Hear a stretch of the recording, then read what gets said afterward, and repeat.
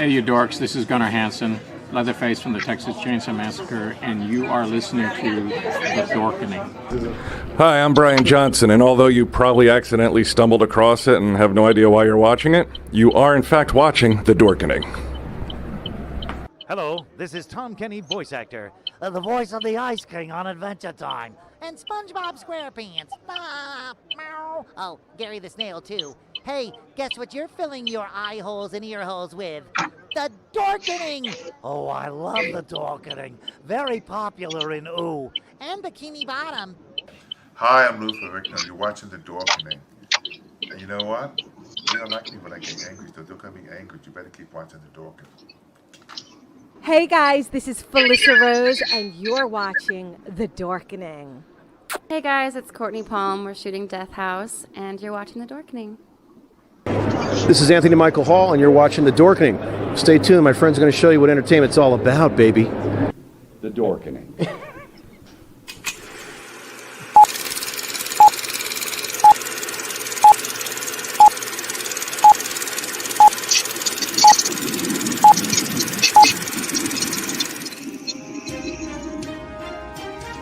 The Dorkening and all affiliated shows are not intended for anyone under the age of 18. The following may contain discussions or scenes that have adult situations, graphic violence, nudity, strong sexual content, and graphic language. This show is intended for mature audiences only. Viewer discretion is advised.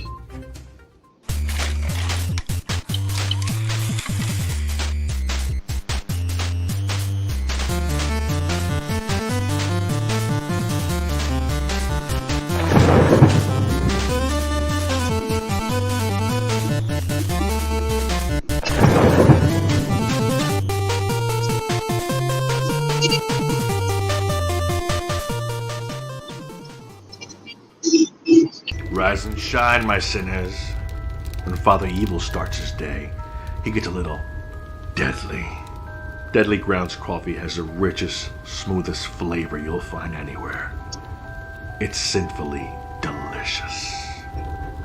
Once you go deadly, you never go back. Order yours at getdeadly.com. Coffee's so good, it's scary.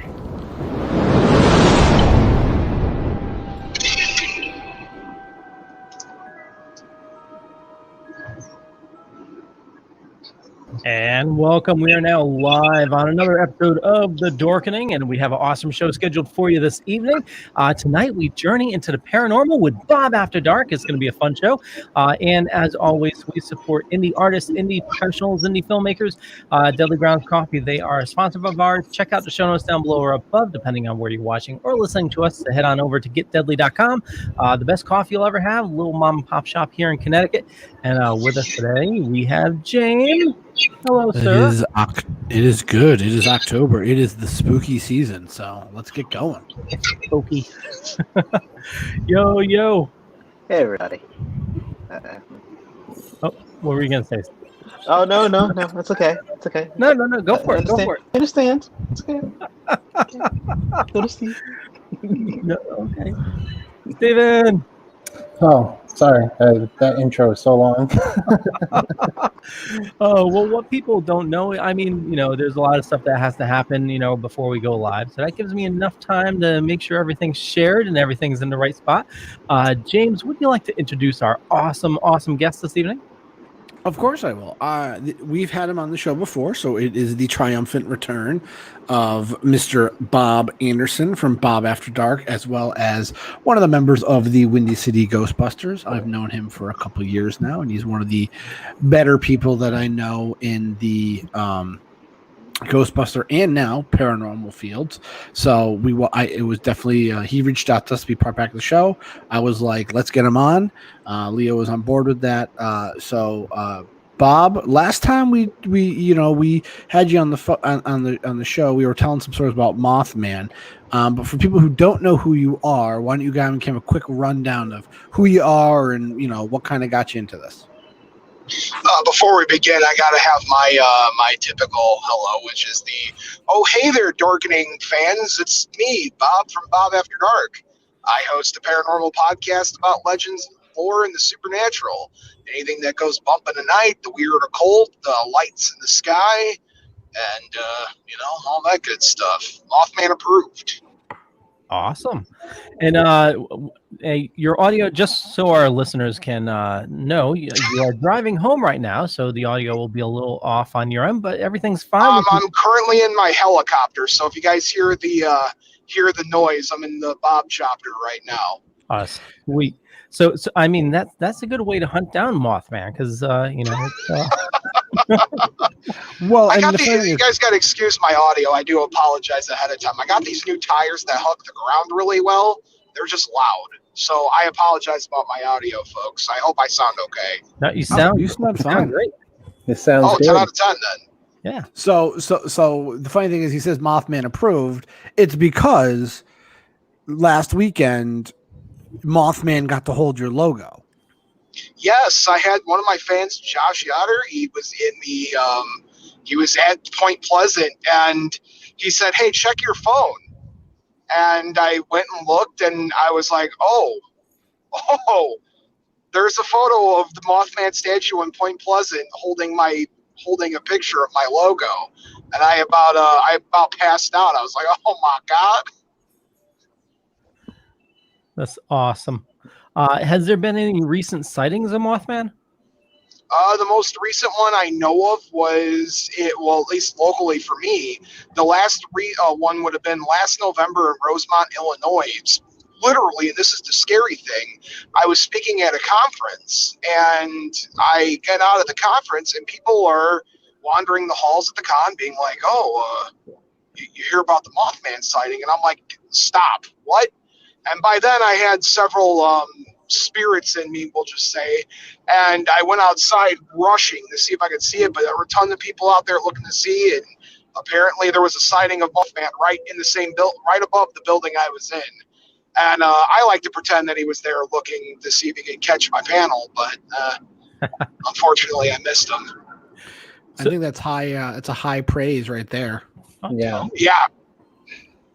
So I know we want to talk about other paranormal and spooky items, but since we are talking about Mothman, so what's the lore behind him? I vaguely remember something like a sighting of him is supposed to be like a sign of something bad coming down the pike or something like that. What's the story of it? All right, in a nutshell, Mothman, just so the fans are aware, is my at most 1,000% favorite cryptid story and my favorite paranormal story of all time.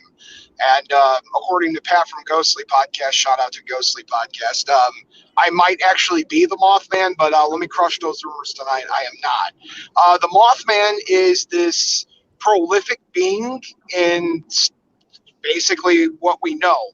And what it is, it's this giant humanoid about 6 foot tall, leathery skin. There's stories of it being black, some stories of it being gray, and a giant leathery wingspan with glowing red eyes. And the story goes that if you see Mothman, then your life is going to change forever. And for some folk in Point Pleasant, West Virginia, they had some dreams about him once upon a time ago, and it just so happened, unfortunately, that their major bridge in town collapsed. Leathery and a lot of the stories of it being black. So, sorry. I heard a little feedback there. Yeah, sorry about that. Oh, no, you're fine. So the story goes that this Mothman may or may not have caused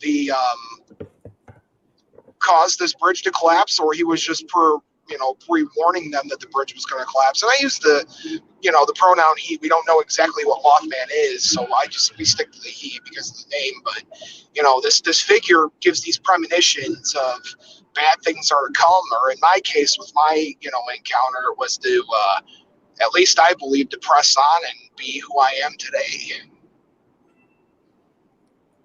And you say you're not Mothman, but I don't think you and Mothman have been in the same room at the same time. So the theory is still out there. Listen, that rumor's not going to start spreading around the other podcast circles. No, Bob After Dark is not Mothman. I promise I'm not Arthur from The Tick and donning a suit with wings and going out and telling people, being like, hey, you're going to have a flat tire today. I promise I'm not Mothman. But I'm almost positive that's what Bruce Wayne would say too when he was asked if he was Batman. I know. That's just plausible deniability right there. Yeah. Fair enough. Especially you said you had a couple spirits in you. I mean, you. Well, that's for all. So how did they get the spirits out? Was there an exorcism involved, or? There was some water being sprinkled. Inside by the bottles, and ate some food, and those spirits were well tamed. Oh, nice. Well, I do have to say, this is Bob's first week in his 30s. So his birthday was last weekend. Oh, so, happy birthday! Oh, thank you. I appreciate that. According to what I read on social media, he had a fun weekend. What occurred Saturday night? All right, let's just say I did battle with a lot of spirits all at once, and I had conquered those after about 48 hours of hydration and rest. So, what I think might be fun is if we do a round table. And you guys maybe bring up your favorite cryptid or paranormal story, and let's get Bob's take on it. How's that sound? Yeah. I like that too. Yeah. I will silently judge you guys for your picks. Just be careful. Let's start with you, James. I mean, it's pretty obviously what I believe in and what I don't believe in. As you can see right behind me, other side right here. For me, it's just ghost. It's one of those things. Last time Bob was on, I told him my experience, and actually, it was funny. Like yesterday, I was in my kitchen, in my little kitchen area, making some donuts because it was my day off, and it's New England, it's the Northeast, and it's fall, so figured I'd try some apple cider donuts, which came out fantastic. So there you go. Not to toot my own horn. So I'm working in the kitchen, and in my bedroom, which I can see, diagonally from the sink, one of the mini blinds snaps up to the top of the window.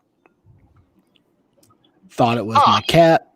Nope. Cat's nowhere to be found. Thought it was the fatter of the two cats. He is sleeping under the bed somewhere. No idea what caused this thing to, and it wasn't like it it snapped up and stayed up. So it's like, one of the blinds you have to like kind of pull the cord and keep it tight. No, it snapped and it went up and it stayed up. And I was like, okay. I'm all set. And like nothing happened since or before then. So, of course I tell Jen that last night and she's just like, I'm almost positive this was a bigger deal. You would have called me and told me about it. So I think you're just pulling my leg. It was one of the cats or something like that. I'm like, no, the cats were nowhere near it. And she goes, no, it wasn't. Like, stop. So. Oh yeah. So I mean, I always look for ghosts. I think it's a great. I think it's just they're cool stories. I like having like the hair on my arm stand up. I do try to seek out spooky places if possible. So I just think it's just interesting. Just the paranormal in general. To a point. You watch movies like the original Poltergeist, and you watch, we started watching the X-Files again, or I did. I'm just making my family watch it with me. And you kind of get those like little goosebumps with the paranormal and ghosts and stuff like that. It's so enjoyable. It's so much fun. So that's my cryptic, I already told my one ghost story beforehand. I have other ones that, I can definitely go on. I'll go circle back to them if we have time, but that's kind of my thing. I'm always curious to hear what Bob has to say. So I want to kick it back to Bob because he's heard stories from other people. And, I didn't know if he had a good story that was told to him, about an experience that you did, Bob. Oh, well, there's been lots of experiences. It's got to be a little bit more specific, but real quick, I want to give a shout out to you for jumping on and helping me research an episode kind of recently. How do you pronounce my last name? That's a good question. And in what town did I live in? I don't have my notes in front of me. I feel called out. I'm giving you shout outs here, and I'm saying thank you for the research, and you're calling me out here. No, Bob.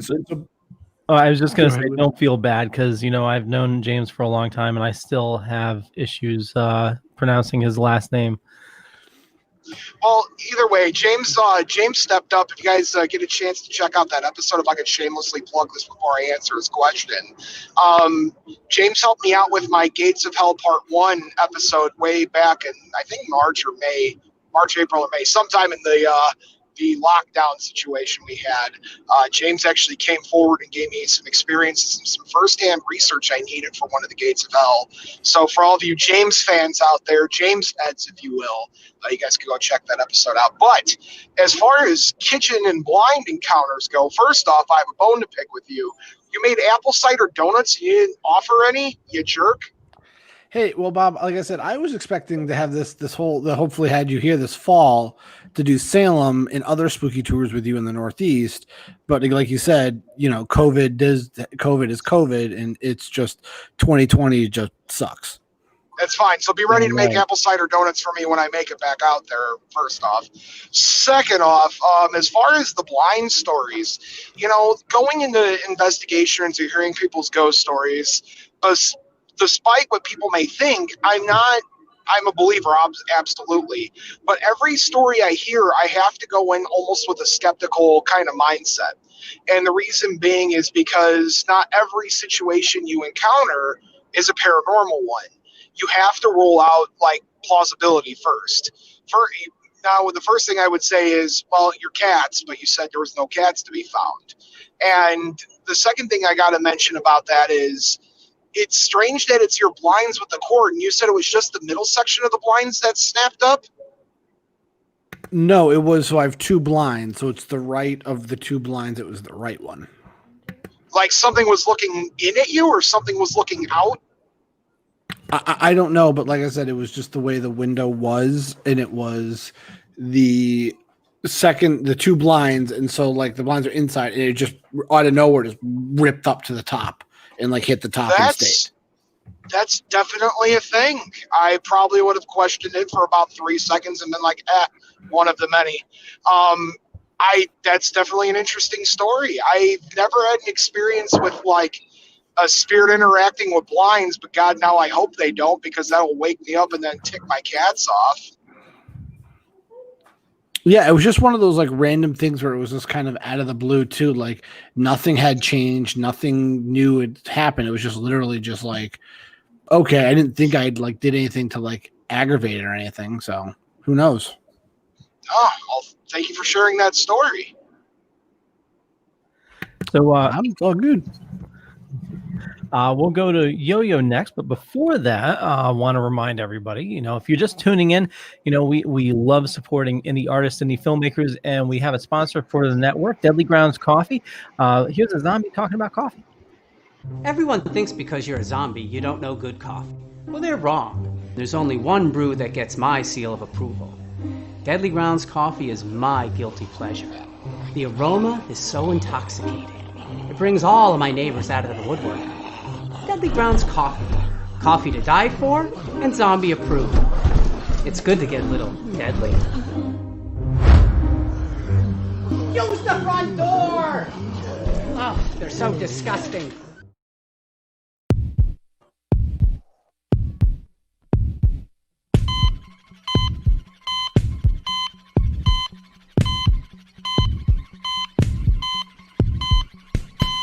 What's up, everybody? I'm Diggs. And I'm Ashley, and we're from Hell Entertainment. Join us for Sinner Sundays from 8 p.m. to 9 p.m. on Hellfire Radio.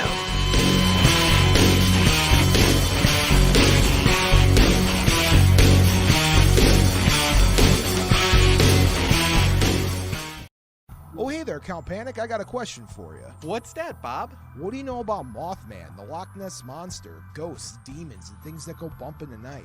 Not much, Bob. Well, lucky for you, we host a podcast called Bob After Dark where we talk about legends, lore, and the supernatural. Wow, where can I find this podcast? Wherever you find your great podcasts at. Sorry about that. Had a cough drop go down the wrong throat, and I started choking. Wrong throat? Do you have more than one throat? Yeah, I do. Wrong hole. Oh. Yo. See, Bob's already heard my story, though, so... Well, tell me another one. Tell me something you heard locally. I don't care. That's the thing, I haven't. Man, I gotta get out there and do some investigating.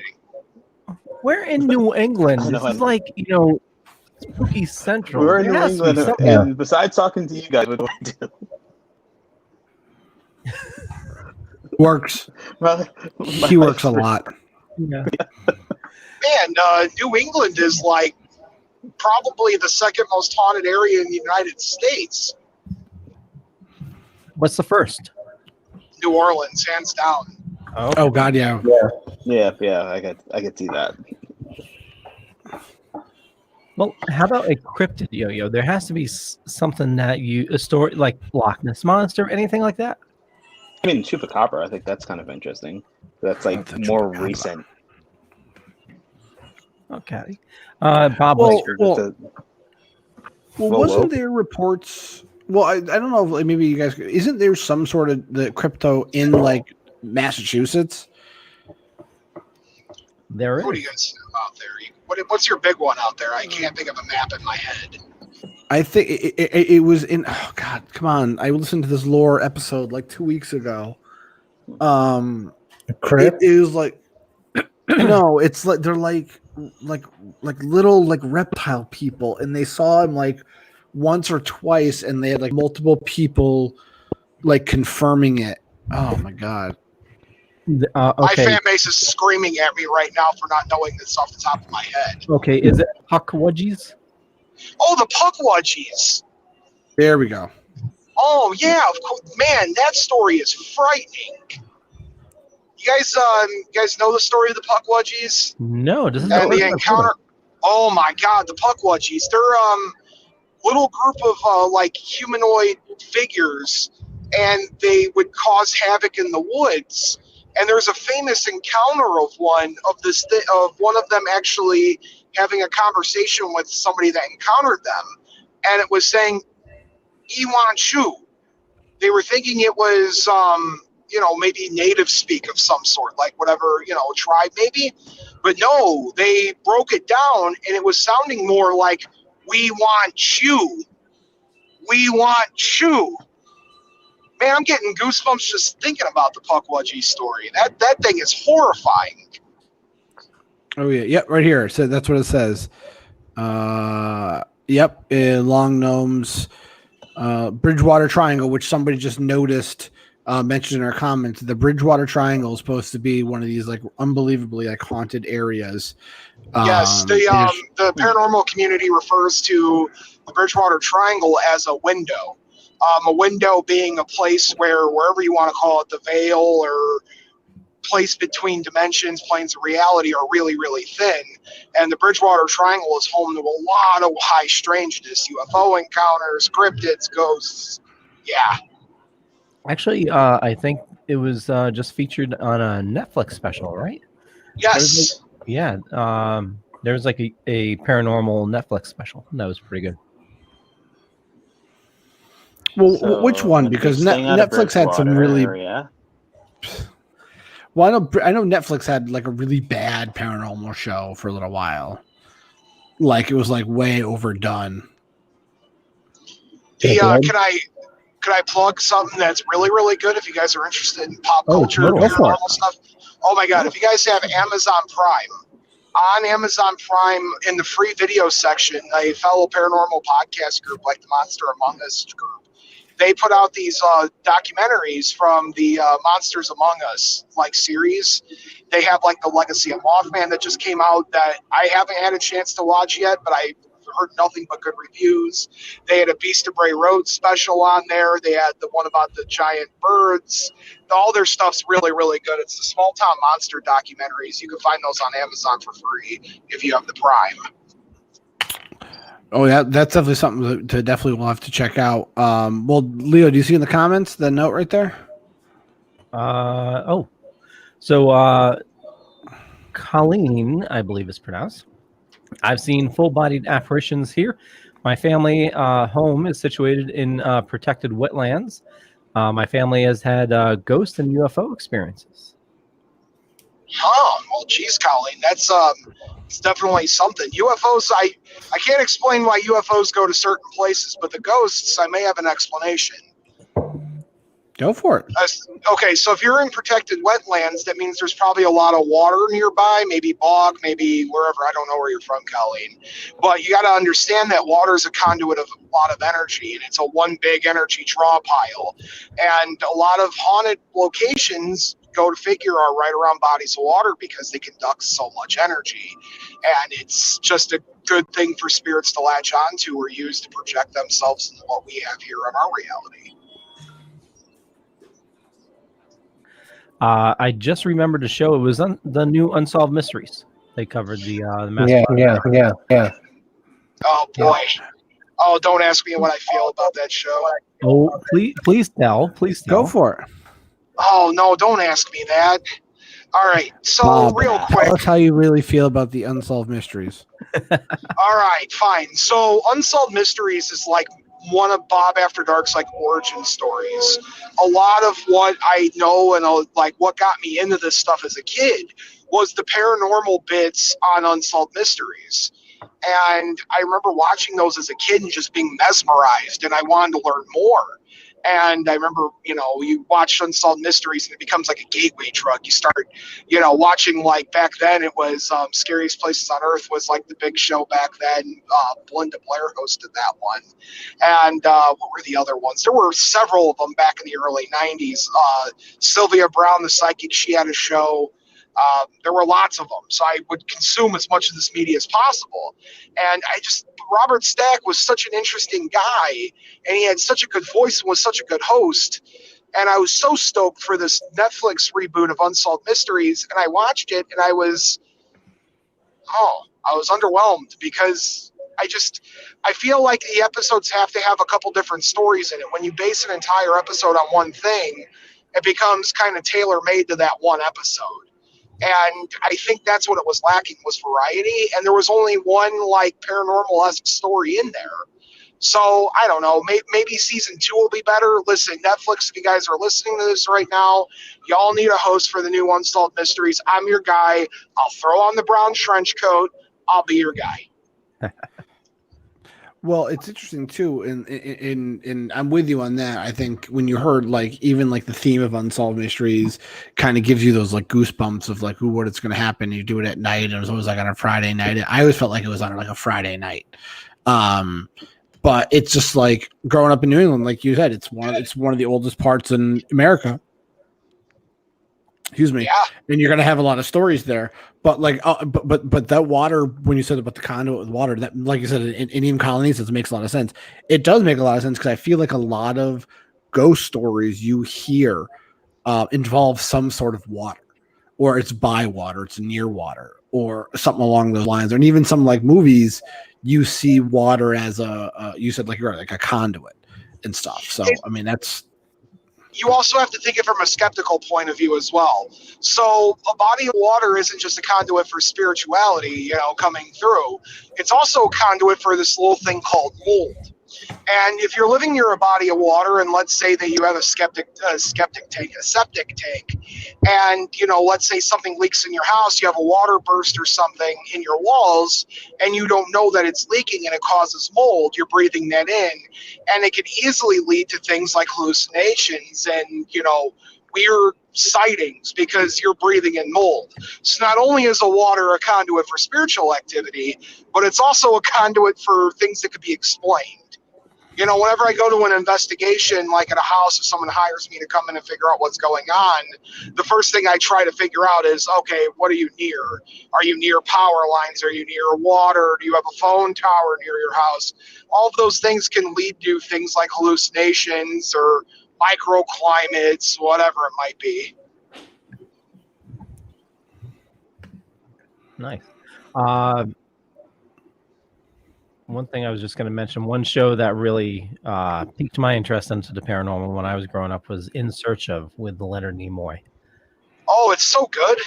Oh yeah, the remake is pretty good too with Quinto, Zachary Quinto. Yes, I haven't seen it. Admittedly, I haven't seen it. Yeah. So, Steven, what about you? Do you have any stories? Yeah, I have one. Go for it. It's more of an experience than like, but anyway, my grandfather was passing away, and my family got together. Some of them had to travel to get to Connecticut. The night he passed away, it was me and my two cousins, that we stayed in my grandfather's house, and obviously me and my two cousins stayed in like different parts of the house. I slept on my grandfather's bed. Some point in the night, because he passed away like in the middle of the night, I felt this chill going through my body, and I don't know, I was the only one between me and my two cousins that felt that chill. So, paranormal wise, that's the only story I have. First off, I'm really sorry to hear about your grandfather. That's it's never an easy thing to kind of deal with something like that. It doesn't surprise me though. A lot of stories I hear from folk when they, come to me at conventions or something and they tell me their encounters, a lot of them share similar stories with you that you just shared with me about a loved one passing, and they find out they passed before they actually did by some sort of ghostly encounter. Whether it be a phone call from that number, like their phone number saying, I love you, goodbye, or they have a dream about them, or in your case, the chill. You have to understand that love is a very powerful emotion, and it draws people in, and it's, when somebody's about to pass, that's could definitely be a thing. I totally believe that. And it's just, for me, when you're telling that story, that's just a way for you to know that your grandfather is okay, and it's, everything's going to be okay. Yeah. It's just him saying hi. Yep. That's all I had. Yeah. That's a good story. Thanks for sharing that. You're welcome. I know we talked about several of mine last time you were on, but one thing that actually just happened recently is so my dad passed away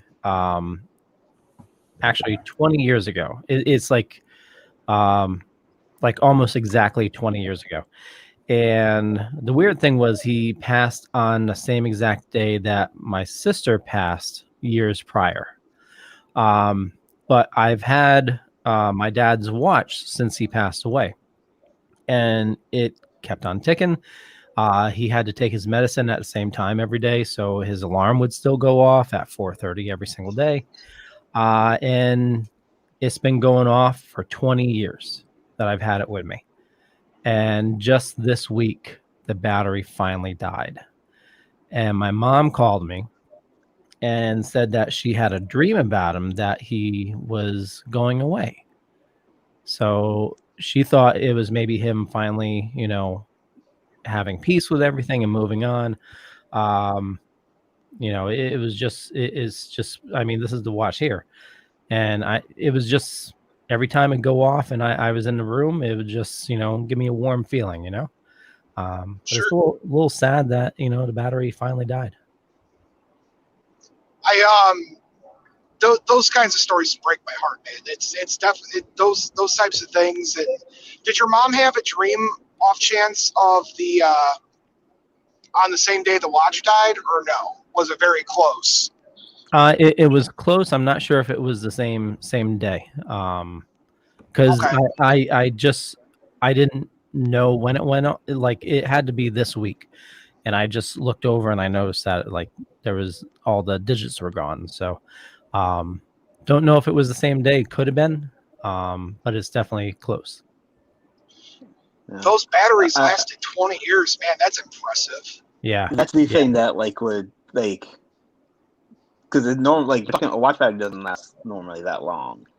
No, that is just. And it's lasted I definitely longer. feel Oh, sorry. Go ahead, Yo-Yo. I don't feel like that probably was a way to communicate with you, because again, the watch batteries don't last that long. No, and as you can see, it's beat up.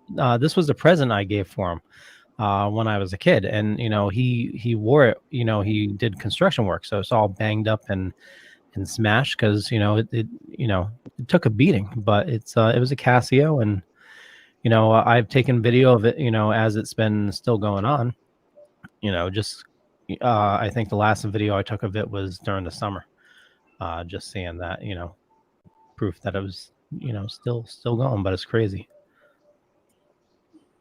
Yeah, and your mom having that dream, it could be very much that your dad's point was made, and you're in a good place now, Leo, I hope, and your mom's in a good place, I hope, and maybe it's your dad just saying, it's time, I don't want to hang out here anymore. Yeah, I'm gonna go. See you guys when I see you. Yeah. Because you have to understand that spirits, there's two types of hauntings. You got a residual haunting and you have an intelligent haunting. A residual haunting meaning that whatever's interacting with you isn't interacting with you on purpose. It's like a time loop. So residual haunting meaning that every day at 3:33 a.m. there's footsteps that walk across my hall, and I hear my closet door open and close. But it doesn't do anything else. Those are residual hauntings. And an intelligent haunting is this spirit knows, it took some time, but it realizes that A, I'm a spirit, and B, I'm either going to hang out here and be aggressive with said person because they're mad that you're alive, which is a lot of times what I deal with male spirits. And then the other side of things, that could also be a positive thing. A lot of stories I hear from people are like, oh, it's that's my grandma turns my lights off on me when I'm getting ready to go to bed. I'm like, it's just grandma saying hi. And as Near's case with this one, your dad just hung out, he did what he had to do, he watched out, and everybody's doing okay. It's time for me to go hang out, whatever's next. I don't have the answer for that, but your dad probably just had that moment where it's like, it's okay. You know what? I'm good. I'll see them when I see them, and everything's going to be okay. Well, I hope that brings comfort to you. That's, Yeah, it totally does. Colleen says for the two biggest things that ever happened in that house involved my brother and father getting 3 bloody scratches down their backs after we ran out into the hallway after hearing someone run through and try to open the front door, and her youngest daughter at the time being pulled out of her bed in front of them. Ugh. So what Colleen is dealing with is a legitimate intelligent haunting, and the 3 scratches are very much a very prominent, attack measure that spirits can have. I've had them in my life plenty of times when I'm on an investigation, and that's just a way for things to interact with you. Now, a common misconception that our 3 scratches always mean that it's a demonic presence. That's not the case. I've gotten 3 scratches from problems that weren't demonic cases, and that's really bad. I don't know if you still live there, Colleen, but if you do, feel free to reach out to me, and I'll give you some advice on what to do, because that's not a good thing. That thing needs to leave. And Colleen, you can find information on how to contact Bob in our show notes down below or up above. And and also go there and follow him as well, because Bob's an awesome dude. Thank you. I really appreciate that. Also, who's calling the Power Rangers? That's my friend's phone. Because I'm about to go. It's morphin' time here in about 3 seconds. James, you could be alfalfa. Oh, ay. Leo, you would obviously be Zordon, just FYI. He is the man behind the big microphone. So Bob, you said you do investigations, and you've done a couple. What has been? I know it's like it's like a snowflake. Every investigation different. Every haunting is different. What have some of the things when you go into haunting, you're like automatic, like something's off, something's going on. This is a haunting. For people who are listening who are concerned, like, oh, is it really something there? Are there like some unanimous signs or things that are like, oh, you might be in the presence of a haunting, you might want to look into this a little bit more? Okay, there's a telltale sign of knowing you're in a haunting is realizing, this is something I have to stress to everybody, because blind believers are very dangerous to what I do. I respect them, I get it 1,000%, but not everything you come across is a spiritual connection. And the people that tell you that everything is a spiritual connection, that's not good. It's not healthy, because there are times, like I said, there's bad wiring, there's water leakage in pipes, there's lots of things that can happen in your home that can cause what you think is a ghostly encounter. Now, what is a telltale sign is if things are repeating same time, same place, if you're being physically attacked, or if things are calling out to you in really weird ways. Those are signs, and like when you eliminate all plausible doubt, that's when you could start questioning the metaphysical side of things. People tell me a lot when they interact with me. I've had calls from beyond the grave. Those are some of my favorite stories. And when you have something like that happening, yeah, you probably are in the presence of something. Are you getting scratched and you can't explain it? If you're not doing it in your sleep, and, in my case, I've been wide awake and I've walked into a room and I've called something out and it's straight up like latched on and scratched me, those are signs too. There's different things. I would say your number one rule of thumb with a haunting is you have to rule out plausible doubt. Because there's, what I mean? I don't want people to get scared or, overtly excited about things, because even the best paranormal group should, and the best investigators should, be ruling out plausible doubt. 1,000%. Totally makes sense. Totally makes sense. I don't want to ruin it, because I talk about these kinds of things. But I'm not a man of science by any means. I'm not a scientist, pseudoscientist, if anything. But there are certain circumstances that go into things, and it's just like, I'm sorry, but you're not dealing with a ghost. You need to call an electrician. And you don't need an exorcist, you need a plumber. I mean, that's just the reality of the situation. Not every encounter is. And the more spiritual you are, I find that the more encounters you have are spirit, some sort of metaphysic. And that's a hard pill to swallow. It's kind of like, oh, I'm really sorry. I'm like that guy on Antiques Roadshow that told you your family heirloom is only like 20 years old. You know, I have to be honest with people though, and not every story is, but your encounter matters 1,000%. You know, that's one thing that I really miss from a lot of the paranormal shows, because it's like early years of ghost hunters. I was going to say Ghostbusters, ghost hunters. You know, it was not every house they ran into was, you know, a haunting. You know, it was, they would look for, you know, the explainable, like, you know, loose pipes or you know, loose faulty wiring for like high EMF. But now a lot of shows, it's like, you know, everything's, you know, a demon and haunting. My absolute favorite show for this, because there is still a show that does this, and that's Ghost Nation. It's on Trample. Oh my God, Ghost Nation. People call it boring, and I say it's only boring because they debunk things. Well, you know, that stuff's so interesting to me because they go through practical cause. You know, they'll walk across a floorboard 50 times to see if they can recreate sounds that they heard. And, you know, when they don't get one, it's like, uh-oh, you know, that to me shows for a good positive experience with a good investigative group. Well, and that's the thing too. That's the same group, right? That's Jason Hawes. Yes. Right? Yeah. And yep, you know, that's them being back together. They're reuniting. Yep. Yeah. Except for what's the other guy's name? I can't think offhand. Yeah. But I mean, local guys, you know, out of Rhode Island. Colleen says, I managed to clear the house with white sage blessing. It took years for me to find something that worked, but it's been quiet, thankfully, since. But there was so many small things that led up to those chaotic moments. And she also said those are important distinctions to your talk, Bob. Yes, and that's exactly what I would have recommended to you, Colleen. Still check me out on the show, please.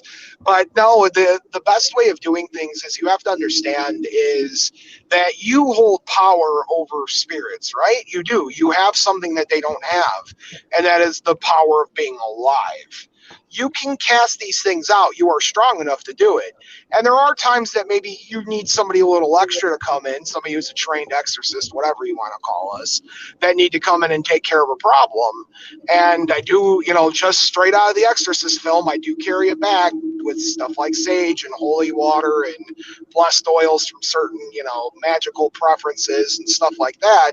It, you know, a simple thing of getting rid of your, you know, cleansing your home could be as simple as throwing some sea salt on the ground and sweeping it up into a dustpan and say, back to the earth you came from. You know, those are simple things.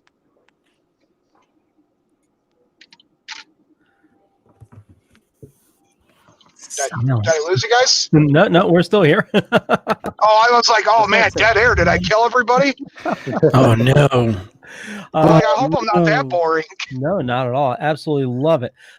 So with us entering the spooky season, what's some of the strongest evidence that you've seen lately? Like, you know, I've seen different like UFO pictures, and so what's the strongest evidence that you found or seen recently? 2020 is a weird year. You know, people, you know, it's a kind of a meme these days. Oh, you know, just another case of 2020, right? But 2020 is a weird year in the metaphysical front because there's a certain unbalance in the world that I believe is stirring up. And you know, a lot of investigators with me kind of theorize the same thing. It's stirring up the boundaries between worlds. In this year alone, there have been more alien encounters, I would say more cryptid sightings, and even more like ghost sightings on the normal day. You know, my father is a proclaimed basic skeptic, right? Very much so. And he called me recently and he's like, hey man, something bad, weird happened in the house. I'm like, all right, what? And he's like, I woke up in the middle of the night. My dad's injured at the moment, so he's been sleeping in his armchair for about 8 months. And he's like, I woke up in the middle of the night and they have like the big blinds, you know, what I'm talking about, where you got to like pull the cord and they like turn clockwise and they're a pain in the neck to like hang up. You know which ones I'm talking about? So anyway, Yeah. he woke up in the middle of the night and he saw them all flip in a row, like just as if something brushed across them. And then he heard 3 articles of clothing in the same room as him just fall. Like he looked, boom, boom, boom, and my dad's like, all right. I don't know what's going on. You know, his brother just passed away right before this. He's like, you know, Leo, if this is you, you know, just calm it down, please. I'm trying to get some sleep. And my dad called me. He's like, listen, you made a believer out of me that night. And I'm like, oh, really? He's like, yeah, my dad's a religious guy, very much so, but he's not. He's a skeptic when it comes to this stuff. But that night, it truly made him a believer. And that's happening to more and more people. Oh, wow.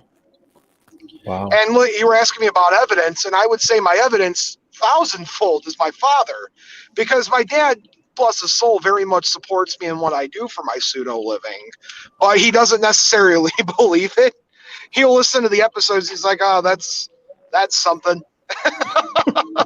But I kid you not, since then, my dad has like watched the Travel Channel for these ghost stories, and he'll like take notes for me when I go and visit them.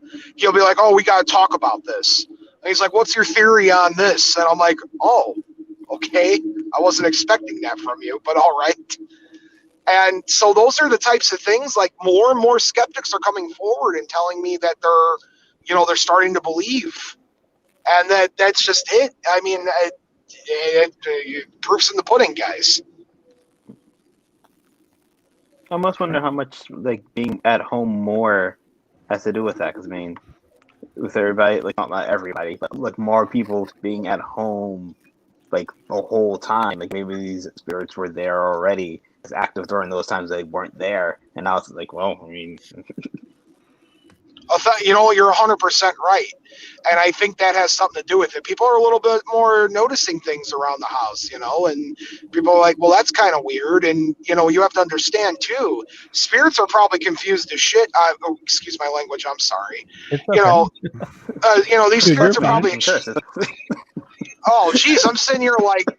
I don't cuss on my show. I don't swear on my show. I'm a family-friendly podcast. You're a better person than we are. Fair enough, but these spirits are probably extremely confused. Like, hey, what are you doing here? You know, this is my time to get out and stretch my legs, and you're still here.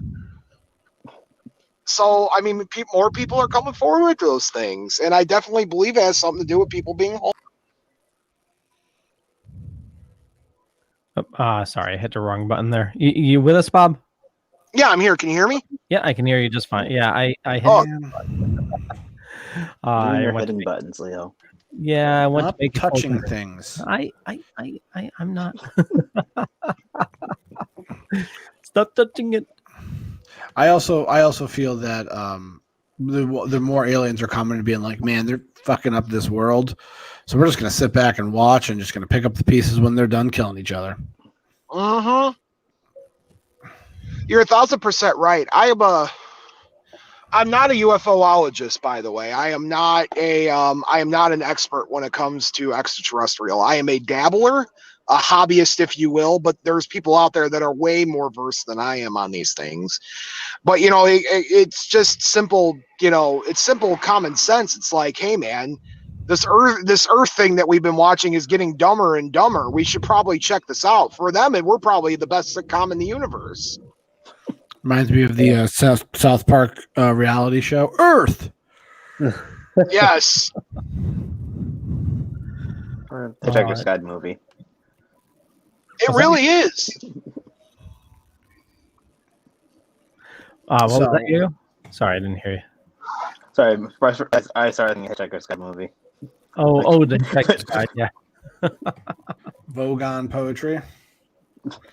Well, to reverse that, shout out, Bob. Like I said, Josh is not only your friend; he's also my friend. He turned 42 yesterday, so he now is the answer to everything. The answer to everything.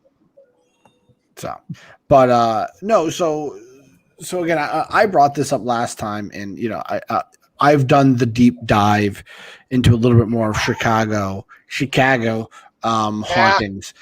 And the one thing that I keep coming up upon, and freaking crazy is how much this one person had like such an impact on Chicago is H.H. Holmes.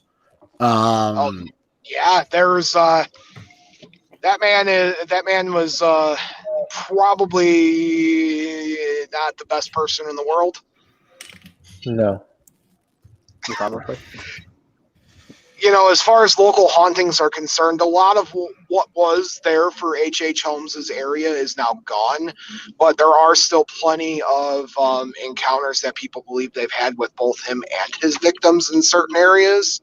So, I mean, there's definitely probably something there. I don't like to think about a serial killer still haunting the earth because that's just terrifying to me.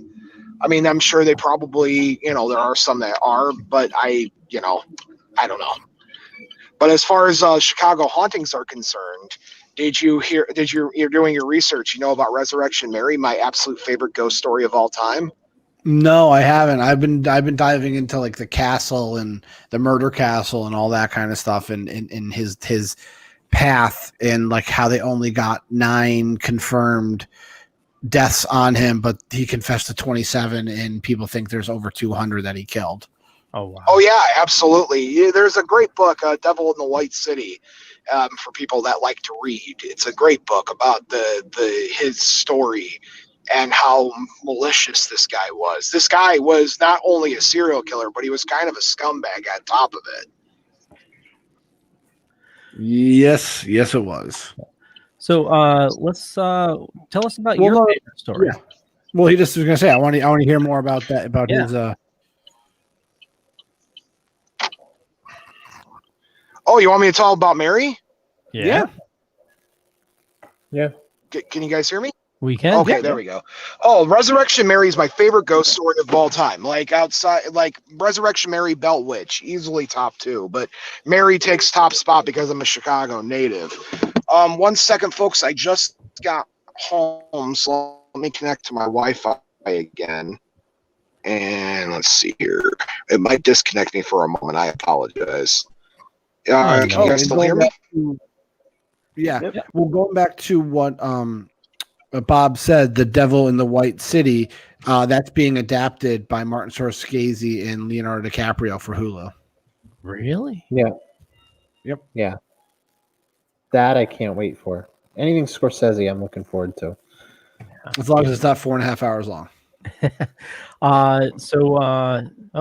We got Bob back. There we go. How's it going, Bob? Bobby there? Tell you what, I'm going to run his promo really quick while we wait for him to reconnect. Oh, hey there, Count Panic. I got a question for you. What's that, Bob? What do you know about Mothman, the Loch Ness Monster, ghosts, demons, and things that go bump in the night? Not much, Bob. Well, lucky for you, we host a podcast called Bob After Dark where we talk about legends, lore, and the supernatural. Wow, where can I find this podcast? Wherever you find your great podcasts at.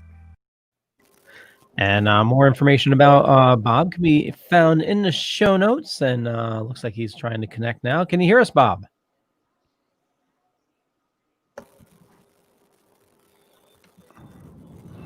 I'm going to take that as a no. Oh, no. Okay. Yeah, no, it's something like, did you ever hear of H.H. Holmes, Leo? No. Oh, it's crazy. It is absolutely crazy, the stuff, like. Yeah, I have not heard of it. No, clue me in. So H.H. Holmes was a serial killer in the 1800s in which he built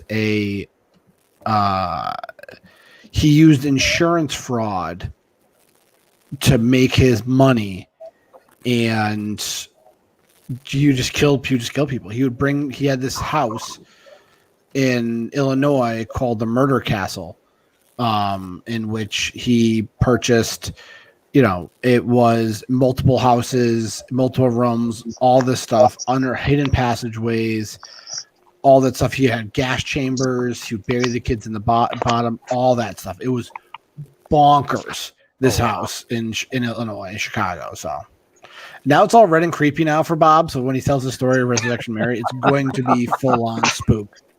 I am so sorry about that, folks. I No. I just got home from day job. Look and at that! I was Look trying to look connect at to that Wi-Fi. beautiful face. I have not seen that face in person in a very, very long time. Oh, you're not missing much. Okay, so you guys hear me now? I'm all good. You guys Yeah. see me, hear me, all Yeah, that good you're stuff. fine. Okay, so the story of Mary is, as I was saying, it's my absolute favorite ghost story of all time because it's a story that I believe reinvents itself as the years go on. So the story begins that Mary was a young lady who went on a date with a gentleman at a ballroom. They were out dancing for the evening. And Mary left a little upset during the evening, and she left and unfortunately was struck and killed on on her way home from work, from her home from this dance.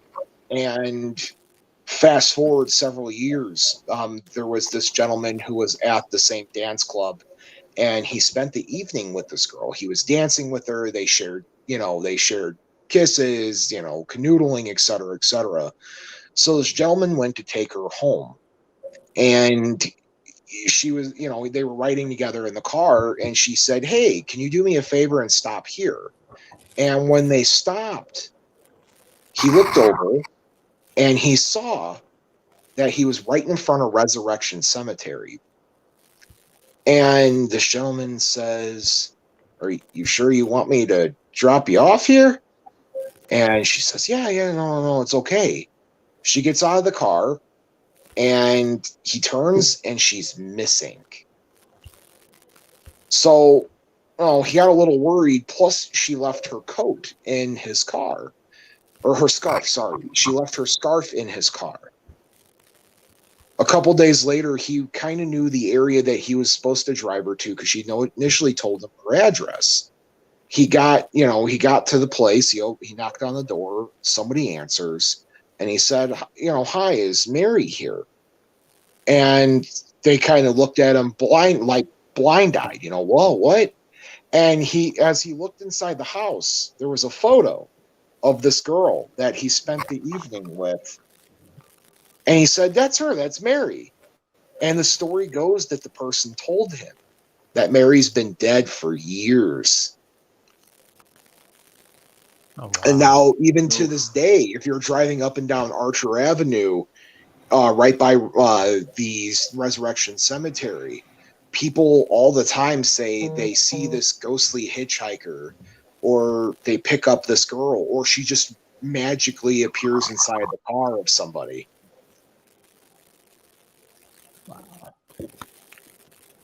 Jesus. That's scary as crap. Yeah, I would not go on that road. If you guys get up, sorry guys, I'm being attacked by my cat right now. She wants attention. Say hi, Gozer. Hi, Gozer. So that's the story of Resurrection Mary, and it's such as far as Chicago paranormal is concerned, I would say she's probably the most prolific ghost we have here because there's still sightings to this day. And I would say that if it's not just Chicago, I'd say it's probably one of the most prolific stories as far as ghost stories ever told. Like, people outside, whenever I go to a convention or something, I have people that come up to me and say, "Oh, you're from Chicago. Have you ever met Mary?" And truth be told, I never met her. There's been plenty of times I go cruising up and down Archer Avenue at night and drive by the cemetery and stuff, just seeing if I could find Mary, anywhere. I've never seen her, but I've interviewed plenty of people who've said that she's appeared in the car or, whatever. That's crazy. Yeah. That's awesome. Angelina says, hello from England again. The vampire is back. Angelina's been tuning into a lot of shows recently, and it's nice. It's morning for her right now, which is crazy. It's way Well, more. hello, Angela. It's a pleasure to meet a vampire. My episode this week is all about the episode that's coming out Friday in podcast land is all about vampires. So. Ooh. Nice. So, hello, Indy. This is Indiana Jones, by the way. He wants to say hello as well. Say hi, Indy. Indy, I'm in the middle of an interview, buddy. He's like, I want to be part of the interview. Look at my cat butthole. But I thought they named a dog Indy. Well, it's, You named after the cat? So we have all your information in the show notes, Bob, where people can subscribe and find you. But so this episode you're dropping, any little teaser you can give us? Any cool tidbit of information you found? Indy, come on, buddy. Guys, listen. If you're in a professional environment, make sure you're somewhere else because your cats will definitely bother you. I'll ask you all about that. Anytime I'm home. Okay. All right, Indy, you could rest there, buddy. It's nice to see you. As far as the new episode comes out on Friday, it's all about vampires and vampiric culture that dates back even to Sumerian times. Of what do we know about vampires, and is there any actual truth to the lore? So that's the episode that comes out this week. Next week we're going to be talking about I guess I could spoil it here. So the entire month of October I'm talking about classic horror movie monsters and where does the lore actually come from, and is there any history background to these things other than just a movie. And next week we're going to be talking about the creature from the Black Lagoon and where it draws inspiration from the lizard man cryptid. So I'm looking very much forward to that story. That's awesome. Can't wait to tune into that. Colleen says best cat names ever. And Angelina says it's 3 a.m. I'm not a certified vampire. Haha. Just never sleep. Bob, do you know how hard it is when you say Sumerian? Just a Ghostbuster quote just pop in my head like it's not even funny. Well, you see, sir, you are a nerd. So coming from the guy who has a cat named Gozer who is about to climb on me right now, I have Indiana Jones, or Indy for short. I have Gozer, I have Eris, and I have Althena. Those are my babies.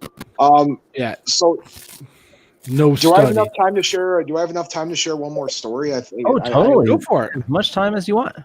I don't know if you guys have a time limit or if you guys are done listening to my voice. I know plenty of people who get tired of hearing my voice. You got to stop calling Jason Reitman. What's that? You need to stop calling Jason Reitman. He'll drop the trailer when he's ready to. I don't bother him. The trailer will come out when it's ready for it. With all the real reshoots quick, they did last weekend? What's that? With the reshoots they did last weekend? It's fine. The movie will come out when it's ready to come out. I've waited this long. I'm okay waiting a little bit longer. It's fine.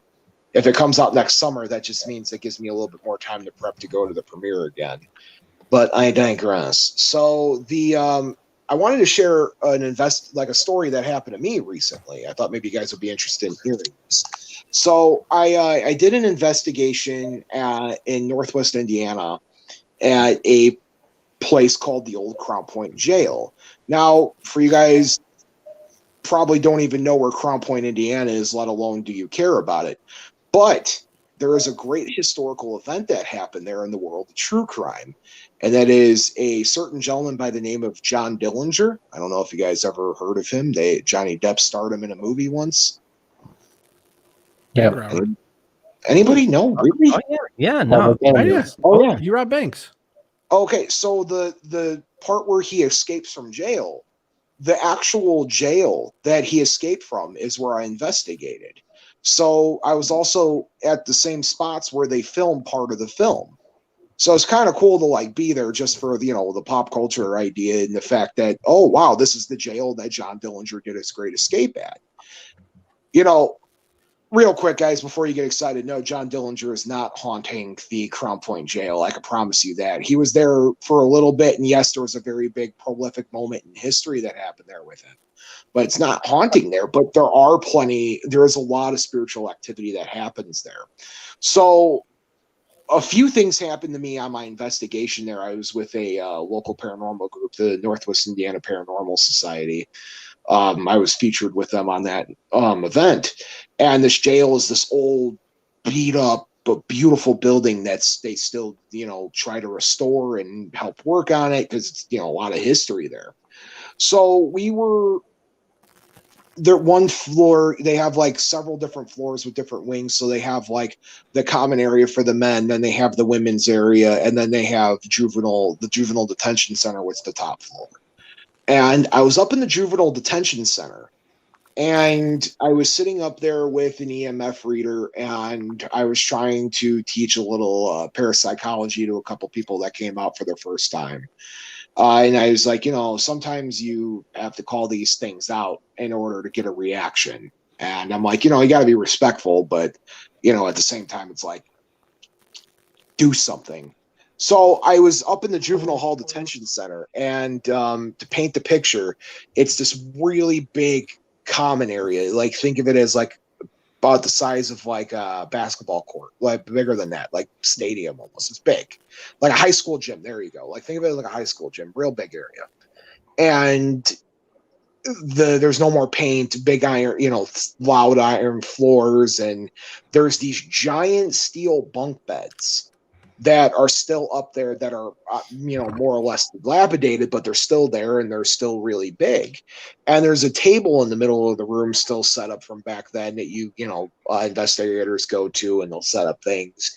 They have toys up there and things just to try to spark a reaction out of the spirits. And I'm like, I ain't doing that. So I turn on the EMF reader and I say, am I in the presence of anything? That's usually how I start an investigation. And nothing, the lights aren't going. And the people are, you could tell like the newbies are getting bored. And I'm like, guys, just bear with me. And I said, am I in the presence of anything? You can make this light go red. And at this point, there's still nothing. And I'm starting to look like an idiot. And there's one thing in the world I don't like to look like as an idiot. And I said, you know what? Fine. You don't have to make the light go red. You guys are probably just scared and you can't do anything. And I shit you not. From the corner of the room, I hear the steel bunk bed moved. Oh, wow. And everybody turns around, the pale faces, right? And they're like, did you hear that? I'm like, yeah, obviously. I think everybody heard that. And one of the investigators called over the walkie, and they're downstairs, but they heard that because obviously it's this giant metal structure scraping against, iron floors. Hey, Bob, you okay up there? Oh, yeah, I'm fine. Something just moved. You need to get up here. And I saw it move. I heard it move. And there's nothing that's going to move this thing, right? It's on a flat surface. And this thing is, you're not moving it by hand. I'm not moving it by hand, and I'm a strong guy. So I walk over there and I say, hey, are you in the corner trying to sleep, and am I bothering you? And the EMF reader is spiking now. So it's moving. The lights are moving. And I said, do you want to talk to me? And the lights, I'm like 2 blinks for yes, 1 blink for no, and it says 2. So I start asking it a series of questions. And the investigator, Pete, comes up and he says, dude, he's watching me interact. He says, hold on, let me try something real quick. So he has this really nifty device, and it's like a laser tripwire thing. It's in the shape of a coffin, and it'll pick up temperature drops, it'll pick up movement, it'll pick up it picks up a lot of different things that this beam can measure. And the scary thing about this coffin is it'll start playing music if something detects it off. So if you move your hand in front of it, this creepy ass music box starts playing. So I'm sitting there and he turns it on and sets it up and he says, hey, do you like my new toy? There's nothing in front of it. And this music box just starts playing. And we walked away and the thing stopped and we turned back around and this thing started playing again. And Pete, the guy with me, was like, do you want us to go back over there? And the thing went ding, ding. And we didn't even tell it to move twice that time. So we went back over there and we had a spirit box set up, and we were talking to it, and it said its name was Ulysses. And we were talking to Ulysses for quite some time until it was time to move away.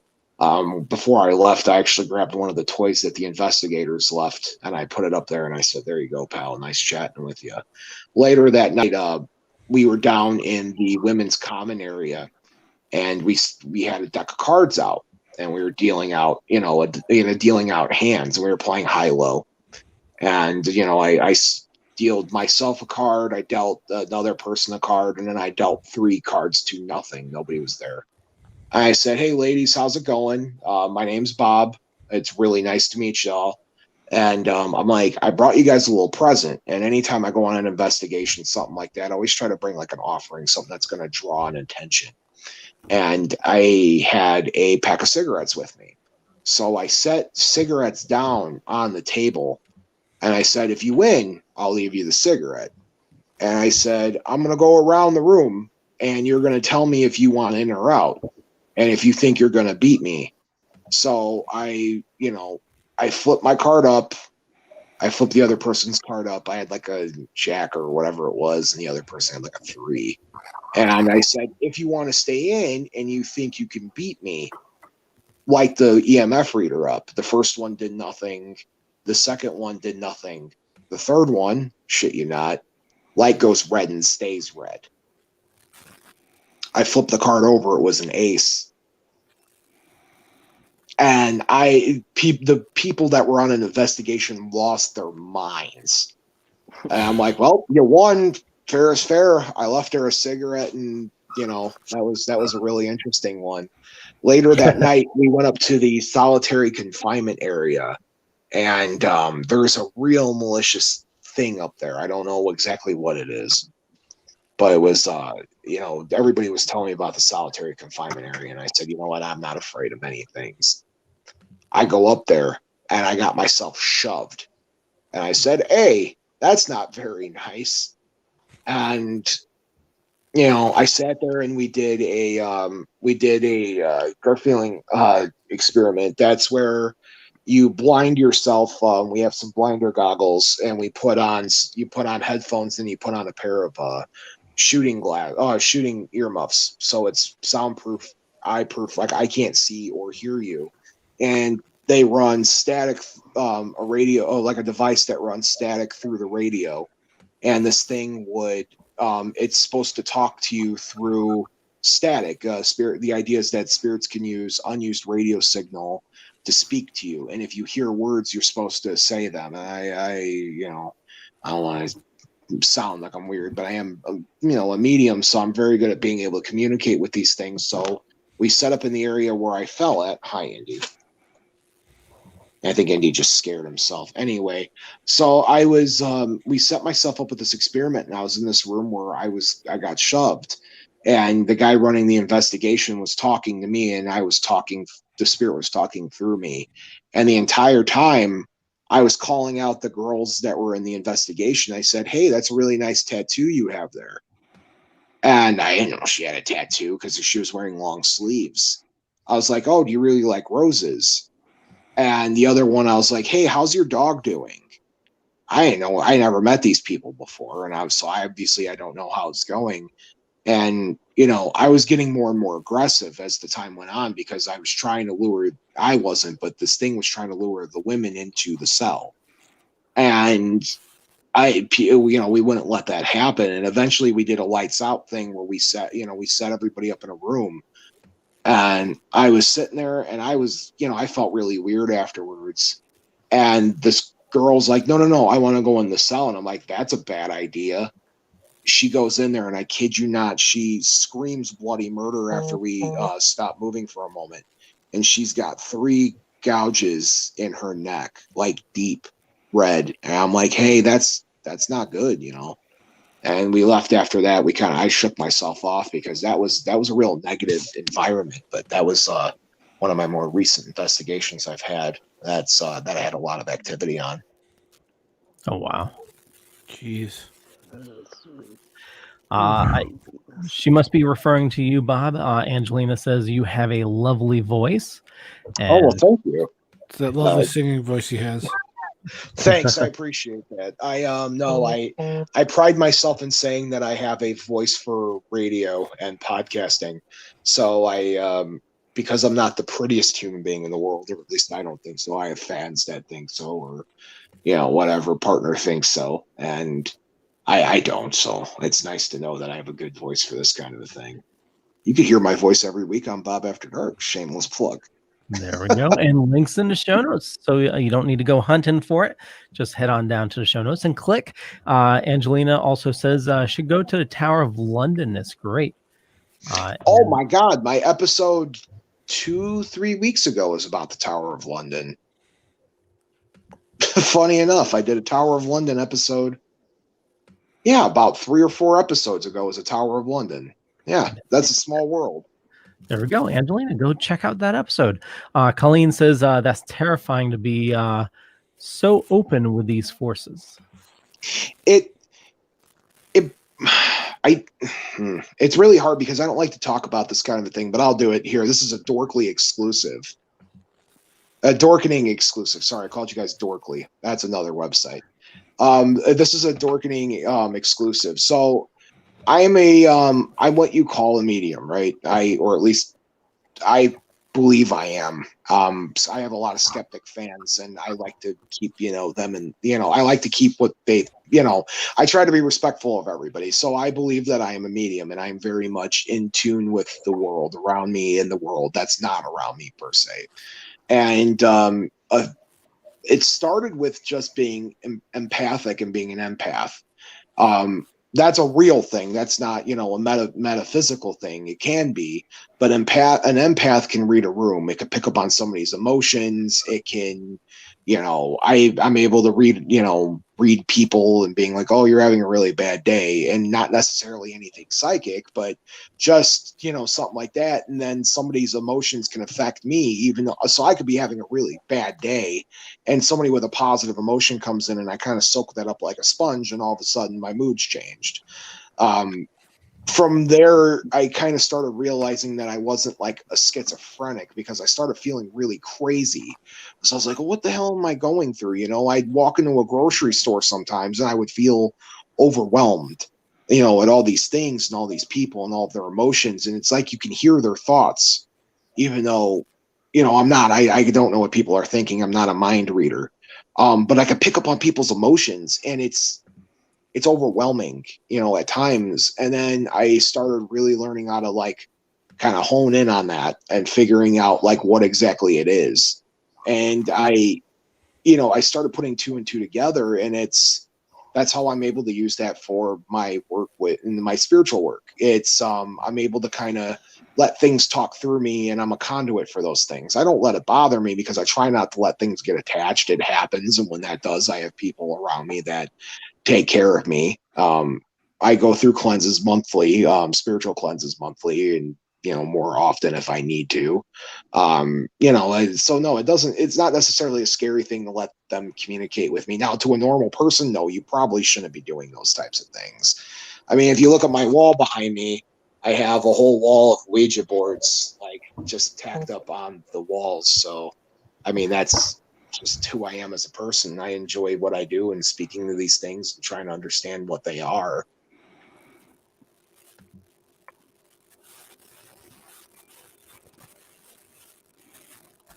That's crazy.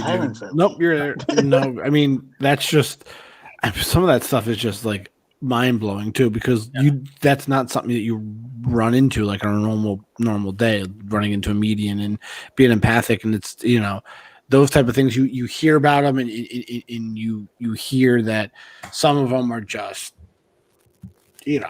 not real, and they're trained to that. But what you're telling me, man, it's crazy. 'Cause I didn't know this about you at all. I don't share it very much, because I don't want people to think I'm, mediums and people of the such, psychics, if you will. I don't consider myself a psychic by any means, but a medium, yeah. I don't. People get a bad rap like me, and people think I'm some sort of crazy person who, whatever, communication. I'm talking with a crystal ball and stuff, and I'm not. I'm just like you or me. And empaths are empaths don't even have to be in, like I said, in a metaphysical front. It's a legitimate scientific phenomena how people are like that, and that's just how I am as a person. I've always been like that. I thought I was crazy growing up until I started realizing that, oh, this is a real thing. People can be empaths, and good or bad, people can tap into those types of things and really manipulate my emotions and stuff. So I don't really share it because I don't want people to think I'm a nutbag. But if I'm out on an investigation or something like that, or people ask, I'm not afraid to share it, and I enjoy what I do. There's lots of things spiritually that I communicate with that are a good thing, and there's times that they're not. And they don't, it's not as simple as I walk in a room and I can tell you, oh, the spirit's calling out to me. It's this. Sometimes they do, and if they realize that I'm in the area. And then there's times where, or if they realize I'm in the area and they know what I'm able to do, or there's other times that I could just feel out the room and be like, oh, there's something here. That's just being empathic. You know what I mean? Jeez. Oof. Well, the crazy thing is we don't know everything yet. There's still a lot of mysteries, and Einstein says energy can't be destroyed or created, or and we're all bags of energy, and there has to be there's more to what we can see and hear. I hope your other two hosts are having fun, by the way. Let's see, Yo-Yo and the other gentleman. I hope you guys are having fun with this. Oh, of Weirdly course. enough, the Einstein thing is something that was said at my mom's funeral. What's that? You? The part about energy, that was something that was brought up at my mom's funeral. Aw. It's completely true though, and that's what a spirit is, and it's a good lesson to learn. Is energy can't be created or destroyed. So what happens to us after we pass? We don't know. That's skeptics will tell you nothing happens, or there's more skeptics that believe in an afterlife than you think. Some people are religious and they believe that we're going someplace else, or I don't have an answer for you. I can't tell you what happens to us when we're done. But that's just the idea, and that's exactly what I believe spirits are. It's just energy that we leave behind. And that's why we have residual. We have intelligent people. Some of these things know and understand where they're at, and some that don't. So that's a legitimate thing, and that's really where what I believe a spirit is. At the end of the day, it's just energy left behind. And then there's people in the religious community and then the spiritual community, and I'm referring to the witches and witchcraft community and stuff. Those are people just know how to manipulate energy to create something that they need, the energy around them. That's legitimately what it is, and I'm a strong believer in that. Angelina says, let people think. What they like is not important to your life. Colleen says, that makes so much sense, and I fully understand. I'm the same way. And once you have one experience, it's like you've been cracked and shaken like a glow stick, and it all draws these things to you. I close it off hard because it's been mostly negative for me. I'm glad you can open yourself up to it. And she also asks, are you ever scared you're going to let something in that you can't get rid of after? Oh, absolutely. That's a good question. There are plenty of times that I interact with something and there's things that might not be able to leave. Trust me when I say I have I'm well decked out for spiritual warfare, like if that was a problem.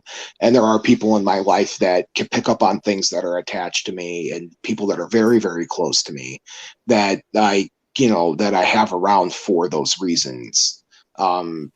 If I had something attached to me that I can't get rid of, or, if I'm having prolific nightmares, I'm not perfect. I'm not John Constantine who could sit down and just be like, oh, it's done. I could get rid of it myself. I have to consult people a lot. And I have people in my life. I have, Reiki healers. I have plenty of friends that are the witchy persuasion. There's plenty of religious leaders that I know that can do something. There's lots of ways I have to go about things. So yeah, absolutely. There's plenty of times, but at the end of the day, it's my calling and my job to explore these things and try to understand them and, teach people about them. So, if there's a situation where I could open myself up, sure, go on ahead. Now, keep in mind that's extremely dangerous, and I don't recommend everybody just going willy-nilly and be like, oh, come on in, because that's very dangerous. So no. Then when that's the case, you guys can use code Bob told you so on my checkout area when I have to come and cleanse you and give your house an exorcism. You get 10% off. Nice. I'll take that coupon. Real quick, and that's the other thing too, and like that's what I think people realize. What's dangerous about these things is, people buy Ouija boards, they buy tarot cards, and they buy divination decks, whatever it is, and people are messing around with these things, and they're yes, Eris, we know you're here. Hello. People buy these things and they don't know what they're doing, and then they're welcoming things to talk to them. They're saying, oh, anything that's around. Well, dude, you just lit a beacon. It's like in Hocus Pocus, and that the light pops up out of their house and it's drawing in all the negative stuff. You're doing that yourself, man. And you got to be careful. So absolutely, that's a good point brought up in being scared and communications, etc. James, I think you were muted before. Were you going to say something? Oh, I made a joke about his 10% coupon that said a hot thermal mug for the adults and a balloon for the kiddies. Always goes back to Ghostbusters with you, doesn't it? It's not like it's my fandom. And it's not like I have 2 or 3 jumpsuits or a proton pack and a trap. Yeah, it's not like I'm the same way and that's how I met you and that's how the domino effect actually started. It's not like I went to, went to Los Angeles for 72 hours and slept about 8 of them. So, yeah, no, Ghostbusters has dictated my entire adult life, and in a good way. If it wasn't for Ghostbusters, I wouldn't have my show. I wouldn't have my partner. I wouldn't have a lot of things. I wouldn't have my friendship with you. There's lots of idiosyncrasies with Ghostbusters, I swear. Angelina says, I'll take the thermo mug. LOL, only joking. Angelique, remember you can use Bob told you so at checkout, 10% off your first exorcism. So does she get the bill for flying you out to England, or is that something that is just part of your no, she's paying for she's flying me out to London. I don't require much. You can put me up in a 1-star hotel, that's fine. But no, you got to cover my cost of travel if I'm coming out to you. Well, I know we ran well past the time, but it's an absolute. Oh, sorry, guys, I feel bad. No. It's absolute joy having you on, Bob. It's you're welcome to join us anytime. Well, thank you. Can I do some shameless plugs real quick? Yeah, totally. Floor is yours. Okay, so Bob After Dark can be found wherever you listen to podcasts at. I'm literally on every platform. I have a live show every Tuesday night at 9 p.m. You can find that on my Facebook page. And I'm running a contest right now, too, if I can plug that. Totally. From now, it started October 1st up through the 16th. I'm doing the Bob After Dark Presents the Deck the Hollows contest. And what this is you join my fan page, which is Children of the Night. You can find that on Facebook. Join the Children of the Night fan page and post pictures and video of your Halloween decoration display. And the winner of that is getting some handmade culty persuasion gifts from yours truly, and a lot of Bob After Dark swag I'm giving out for that one. I have 2 celebrity judges that are judging that contest for me. That's Pat and Rebecca from Ghostly Podcast. They're picking the winner of the best decorated. COVID's been a really bad time for a lot of people, and I know a lot of folk are talking about canceling Halloween, etc. Don't cancel your decorating, people. I want you to get your decorations out and put them up and display them. It's my favorite time of year, and I want to see that. So Deck the Hollows, get out there, show me your decorations. That's awesome. And you can find all the information for Bob in the show notes down below or above, depending on where you're watching or listening to us. And Steven, where do you like people following you? You can follow Super Retro Throwback Reviews on Facebook, Twitter, and Instagram. Our primary podcast, Super Retro Throwback Reviews, the audio files, comes out every Monday on all major podcasts and distributors and on the Dorkening Podcast Network. We have a contest running that's going from October 1st to October 31st.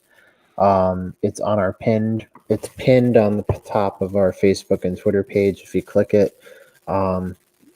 It's from AppSumo. Leo helped me set it up. You just enter your info. The more entries you get, it's going to be a prize pack, so an autograph from the hosts of our podcasts and Deadly Grounds Coffee and all that stuff.